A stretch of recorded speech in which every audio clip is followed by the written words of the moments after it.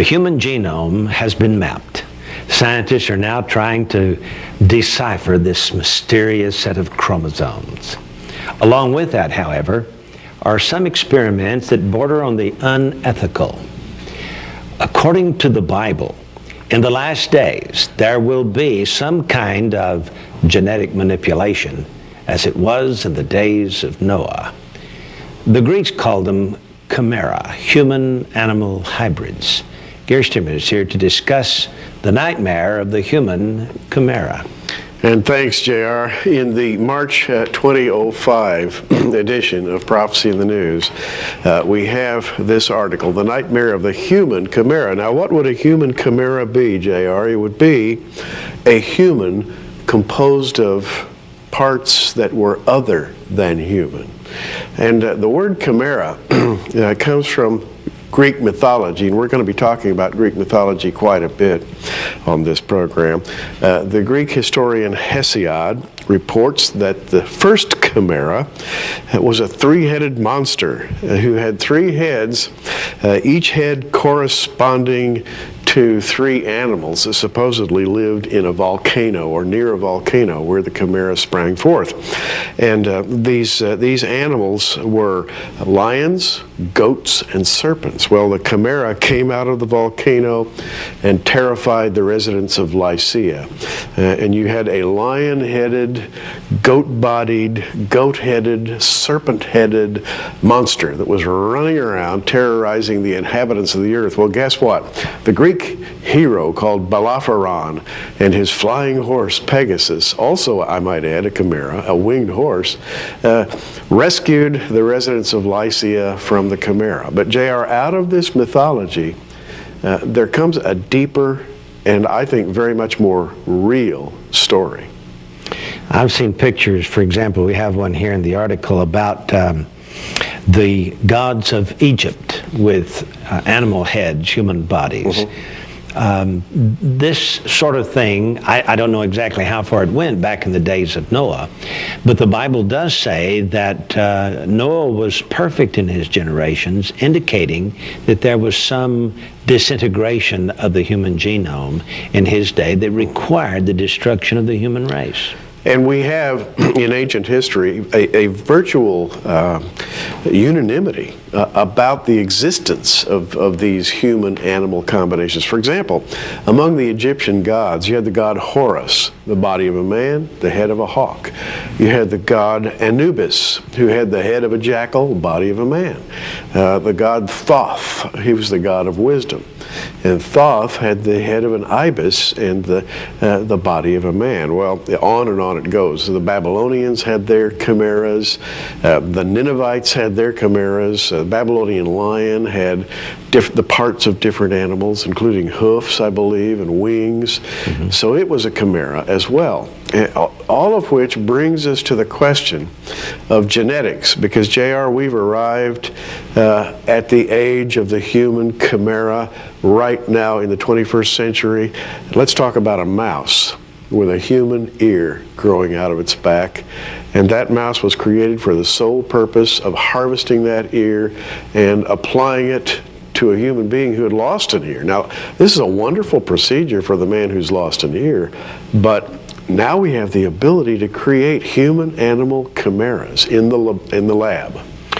To me, it sounds like Frankenstein. Yes. Dr. Frankenstein. Indeed. And in fact, the Frankenstein monster is the direct result, the Frankenstein monster that's before us right now, is the direct result of laboratory experimentation with T cells. Everybody's heard about T cells lately. You can now take, for example, the genetic material of a mouse, the egg and the sperm.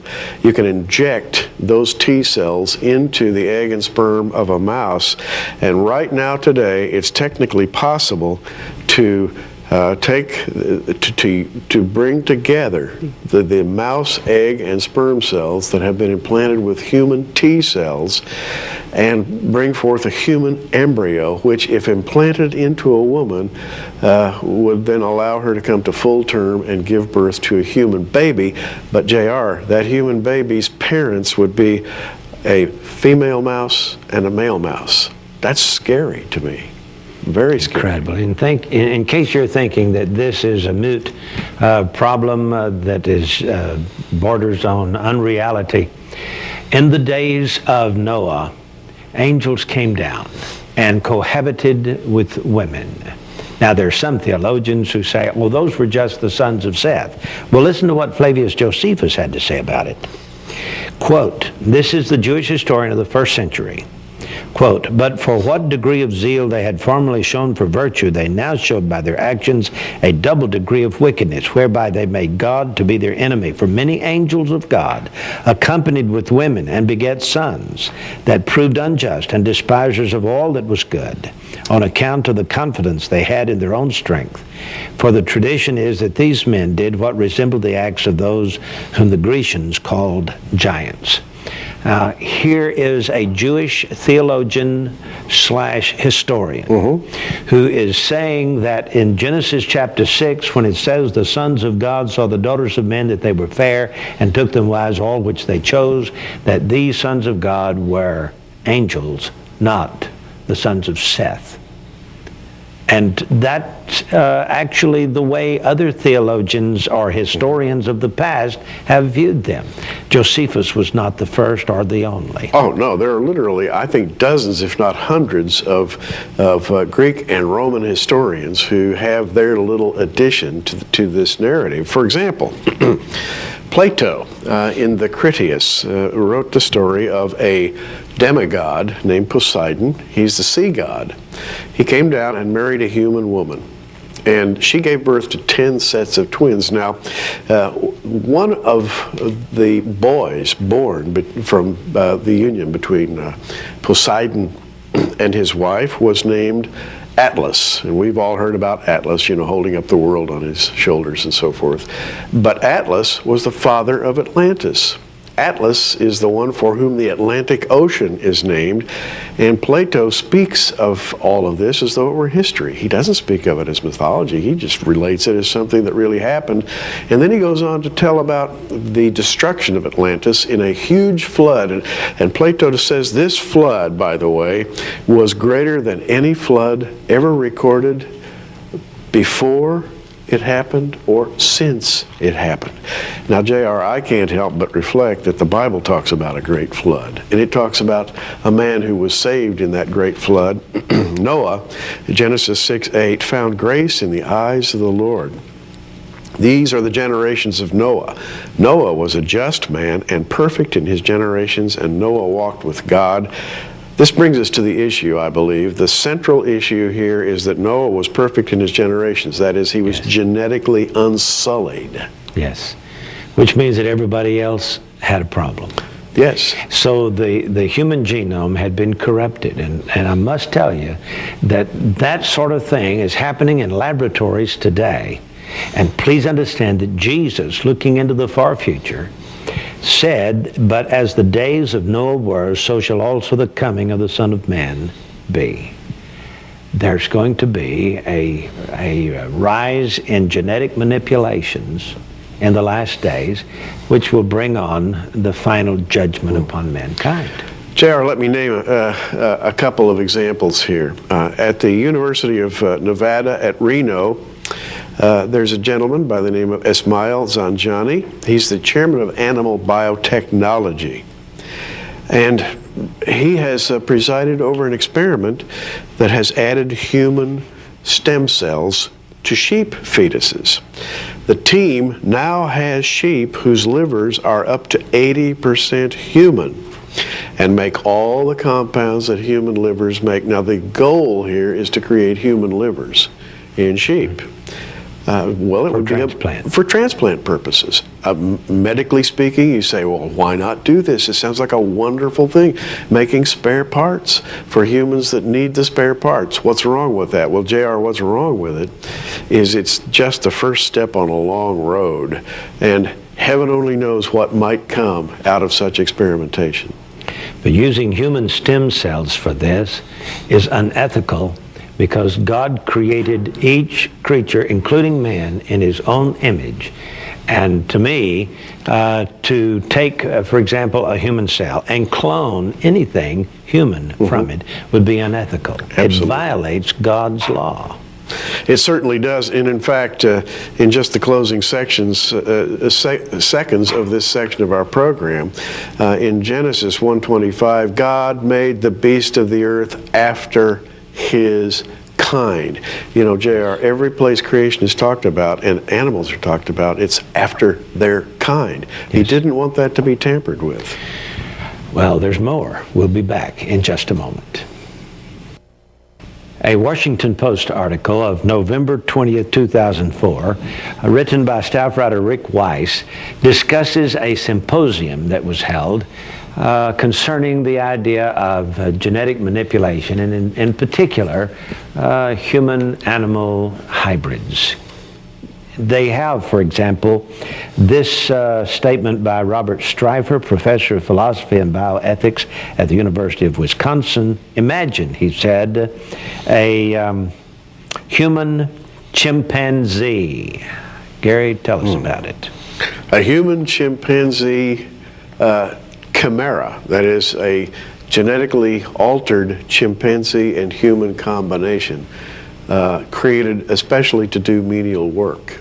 And this is, by the way, something that's been discussed for years. If it became possible to create a subhuman species to do all the dirty work that human beings don't want to do, would that in fact be ethical? Now, the fact that you can even ask the question boggles my mind, because that's a monster that you're creating there, JR, and it goes against everything that God states is forbidden in His Word. The human chimpanzee called the humanzee, and by the way, JR, this is genetically possible today. It's been pointed out in several places that the difference between a chimpanzee and a human being on the DNA ladder is only a few thousand places. There are significant differences, but there are not that many, so it'd be possible to create this monster. And according to this symposium, they suggested what if, imagine, they didn't say that it has been done, but they said imagine a human chimpanzee endowed with speech and with an enhanced potential to learn. And then he went on to say there's a knee-jerk reaction that enhances the moral status of an animal that enhancing the moral status of an animal is bad. If you did it and you gave it the protections it deserves, they say, how could the animal complain? Made to perform dangerous jobs or menial tasks. It's ridiculous. It would be unethical. Absolutely. At the outset. And JR, at this point, I'd like to introduce a question. What happened to all those chimeric creatures prior to the flood, in the days of Noah, that were created through genetic manipulation? The union of renegade angels and women, or God forbid, even genetic tampering to create something like humanzees. We don't know what they were doing, but it was absolutely forbidden, so much so that God said, "It repents me that I have made man. I'm going to have to destroy this whole thing." What happened to those people, those beings that were destroyed? There is a clue. In the Old Testament, there is a class of creatures called the Rephaim. And I'm reading here Isaiah 26:14, describing these creatures. They are dead, they shall not live. Now the word dead here in Isaiah 26:14 is the translation of the Hebrew Rephaim. They are dead, they shall not live. They are deceased, they shall not rise. Therefore hast thou visited and destroyed them, and made all their memory to perish. Now, many theologians, the sages of Israel, have weighed in on this over the years, and they say that the Rephaim are the departed spirits of those corrupt monsters that lived during the flood, and they are incapable of regeneration, of redemption, of salvation, of spiritual birth. They are forever damned.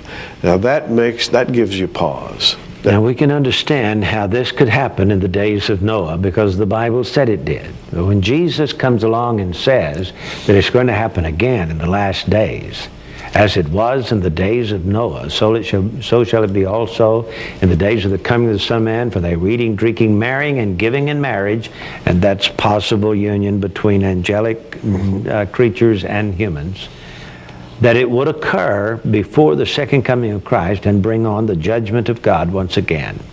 We are told in Jewish literature that God gave Adam a prophecy that once the world would be destroyed by water and once the world would be destroyed by fire. Well, it was destroyed by water because of genetic manipulation. It's entirely possible that it will be destroyed by fire because of the same. The team of genetic researchers we mentioned a minute ago at the University of Nevada at Reno has already created that sheep liver that's about 80% human. JR, they've also created a mouse brain that is 1% human neural material, and they're shooting for a mouse brain that is 100% human neurons. Why they're doing it, I do not know. But again, this is proceeding today, even as we speak, this research is going on. And God's against it. I can tell you right now, we don't have to even discuss the ethics of it. It is automatically violating God's law, and I believe God will bring his judgment down upon the human race just as he said he would.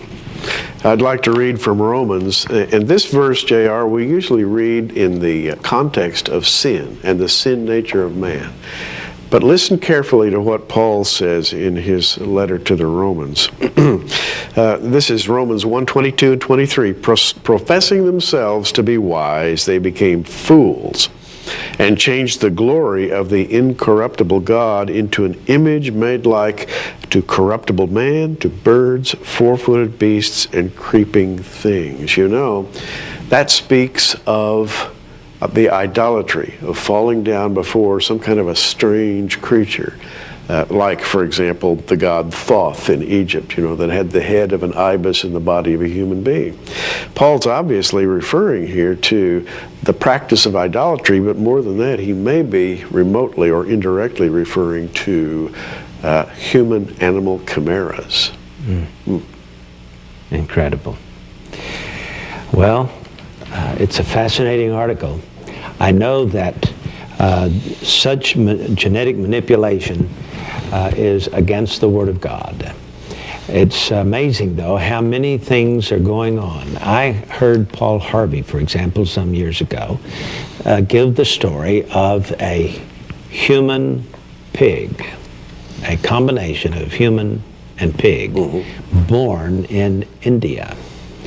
I don't know how this played out. I don't know what happened to it, whether they killed it on the spot, but I heard that it actually occurred. We're living in the last days. You know, in Leviticus, in chapter 18, verse 23, the idea of any human-animal contact for the purpose of creating a being or an offspring is absolutely forbidden. Leviticus 18:23, neither shalt thou lie with any beast to defile thyself therewith, and neither shall any woman stand before beast to lie down thereto. It is confusion. If a man lieth with a beast, he shall surely be put to death, and ye shall slay the beast. And JR, this goes on. We don't have to go into any more detail except to say that God assigns the death penalty to such behavior, that is the production of a human-animal offspring of any sort. We are told that in the end of days there would be a seed of the serpent who would become the Antichrist. Is it possible that the Antichrist himself will be a demon seed? Could he be a clone of some ancient demigod of the past? Or might he be the product of some strange genetic manipulation? Perhaps to give him a little bit of superhuman mental capacity, physical capacity. He might come forth convincing people that he really was a Superman of sorts. And let's face it, JR, people have been looking for a Superman for a long time. Yes. Even the children's programs on Saturday mornings are made up of these kinds of demonic creatures. And they are the heroes of the young people of our generation. What we're saying is to be conscious of what's going on in the scientific community today. Be aware of this little word chimera. What it is just a fancy word for monstrosity, and it's against the law of God. If you don't know Jesus as your personal Savior, you need to trust Him, because He alone can give you eternal life. Man is not a product of evolution. He's not a product of genetic manipulation. He's a creation of God. So trust Jesus today. We'll be back in just a moment.